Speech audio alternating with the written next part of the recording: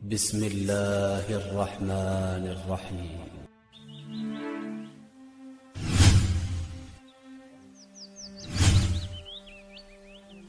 السلام علیکم دوستوں، آج ہم اپنے اس ویڈیو میں جانیں گے جب ہاشم کاروبار کے لیے شام ملک گئے تو ان کی ملاقات سلمہ بنت عمرو سے کیسے ہوئی، ان کی شادی سلمہ بنت عمرو سے کیسے ہوئی، ان کے بیٹے شیبہ کون تھے، شیبہ کو مکہ کی حکومت ملنے پر کیسے انہوں نے آب زمزم کی کھدائی کی، آب زمزم کی کھدائی میں تھک جانے کے دوران انہوں نے اللہ تعالیٰ سے کیا دعا مانگی، کیا اللہ تعالیٰ نے ان کی دعا قبول فرمائی۔ دوستو، اگر آپ ان سارے سوالوں کے جواب جاننا چاہتے ہیں تو آپ سے ایک گزارش ہے تو ویڈیو میں لاسٹ تک ضرور بنے رہیے گا۔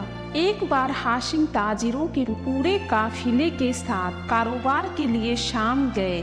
تجارت کرنے کے بعد جب مدینہ کی طرف سے لوٹ رہے تھے تو قافلے میں کچھ تاجر مدینہ کے بھی تھے جن کو تجارت کے لیے سلمہ بنت عمرو نام کی ایک عورت نے اپنا کاروباری مال دے کر بھیجا تھا۔ جب تاجروں کا قافلہ مدینہ پہنچا تو سلمہ اپنے تاجروں کے پاس آئی اور تاجروں سے اپنے مال کا حال پوچھنے لگی، کیا بیچا، کیا خریدا۔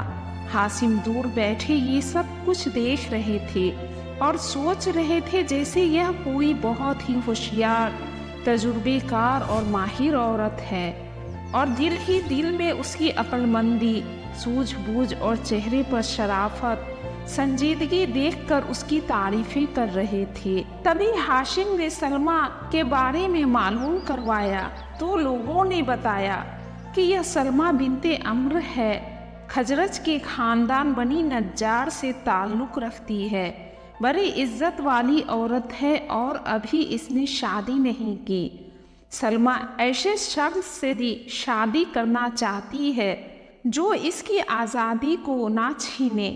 پھر ہاشم نے سلمہ کو شادی کا پیغام بھجوایا۔ سلمہ ہاشم کے بارے میں اچھے سے جانتی تھی کہ ان کا اپنے قوم کے لوگوں پر کیسا دبدبہ ہے، تو وہ ہاشم سے شادی کے لیے فوراً تیار ہو گئی۔ دونوں کی شادی ہوئی اور دونوں مکہ آ گئے۔ کافی وقت ساتھ رہنے کے بعد پھر دونوں مدینہ لوٹ آئے۔ وہاں انہیں شیبہ نام کا ایک لڑکا ہوا۔ جب شیبہ کچھ بڑے ہوئے تو ایک سال گرمیوں میں ہاشم تجارتی قافلہ کے ساتھ شام گئے۔ وہاں پہنچ کر ان کا انتقال ہو گیا۔ اب عرب میں جتنے جماعت تھے ان سبھی کا کام ہاشم کے چھوٹے بھائی مطلب کے کندھوں پر آ گیا۔ مطلب نے مکہ کی تمام ذمہ داریاں اٹھا لینے کے بعد مدینہ گئے اور بڑے بھائی ہاشم کے بیٹے شیبہ کو اپنی بھابھی سلمہ کی منتیں کر کر مکہ لے آئے۔ اس وقت شیبہ کی عمر 8 سال تھی۔ جب دونوں ایک ہی اونٹ پر مکہ آ رہے تھے تو اونٹ پر مطلب کو آگے اور شیبہ کو پیچھے بیٹھے دیکھ مکہ کے لوگوں کو گمان ہوا کہ مطلب غلام خرید لے آئے اور شور مچانے لگے کہ مطلب غلام خرید لائے۔ اے لوگوں، کیا تم نے مطلب کا غلام عبد المطلب کو دیکھا؟ یہ سن کر مطلب نے مکہ والوں سے کہا، اے قریش والوں، تم بھی عجیب لوگ ہو۔ یہ بچہ شیبہ میرا بھتیجا میرے بڑے بھائی ہاشم کا بیٹا ہے، مدینے سے لے کر آ رہا ہوں۔ مگر شیبہ کا نیا نام عبد المطلب جو خود بخود مکہ والوں کی زبان پر آ گیا اور ان کا اصل نام شیبہ کہیں چھپ گیا۔ اب ہاشم کے بیٹے شیبہ عبد المطلب کے نام سے مشہور ہو گئے۔ جب عبد المطلب سمجھدار اور ہوشیار ہوئے، ان کے چچا مطلب کا انتقال ہو گیا تو مکہ کی ساری جماعتوں کی ذمہ داریاں اب عبد المطلب یعنی شیبہ کے ہاتھوں میں آ گیا۔ جب مکہ کی حکومت عبد المطلب کے ہاتھوں میں آئی تو مکہ کے آس پاس اس وقت نہ تو کوئی کنواں تھا، نہ پانی کا کوئی انتظام ہوتا۔ मक्का से काफ़ी दूर जाकर हाजियों के लिए पानी लाया जाता। काबा के पास कुछ हौज होते तो पानी दूर दूर से लाकर उन हौजों में भरकर रख दिया जाता। हौजों को बराबर भरवा कर रखना और उसकी साफ सफाई करवाना बहुत ही मुश्किल काम हो गया। मक्का की हुकूमत मिलने के बाद अब्दुल मुत्तलिब को हाजियों के पानी के इंतज़ाम लेकर फिक्र होने लगी। उन्होंने जमजम कुएं के बारे में सुना था कि जमजम का पानी मीठा और मज़ेदार था, लोगों को जितनी ज़रूरत होती मिल जाती, कभी यह सूखता नहीं था। जब अब्दुल मुत्तलिब को आबे जमजम का ख्याल आया कि आबे जमजम को किसने और क्यों सुखा दिया, तभी अब्दुल मुत्तलिब ने अपने कौम के बड़े बुजुर्ग जो इस वाक़या को जानते थे उन लोगों को बुलाया और उनसे पूछा।